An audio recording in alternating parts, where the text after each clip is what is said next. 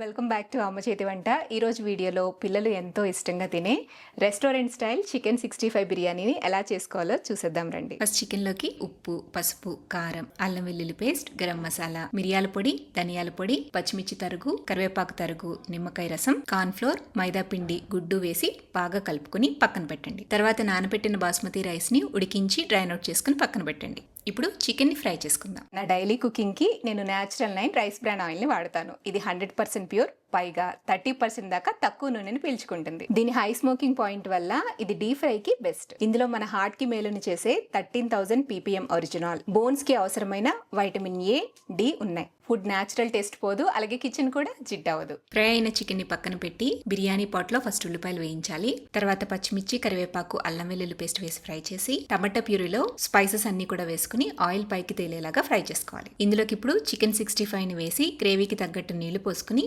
అంతా కలిపేసేసి బాస్మతి రైస్ ని పైన లేయర్ కింద వేసేసి ఫ్రైడ్ ఆనియన్స్, సాఫ్రాన్ మిల్క్, నెయ్యితో గార్నిష్ చేసి లో ఫ్లేమ్ లో దమ్ చేయండి. అంతే, వేడి వేడి చికెన్ 65 బిర్యానీ రెడీ. ఈ టేస్టీ రెస్టారెంట్ స్టైల్ చికెన్ 65 బిర్యానీని మీరు ఇంట్లో తప్పకుండా ట్రై చేయండి. Natural 9 rice bran oil details అన్ని కూడా డిస్క్రిప్షన్ బాక్స్ లో ఉన్నాయి. ఫుల్ డీటెయిల్ రెసిపీ కోసం అమ్మ చేతి వంట ఛానల్ చెక్ చేయండి.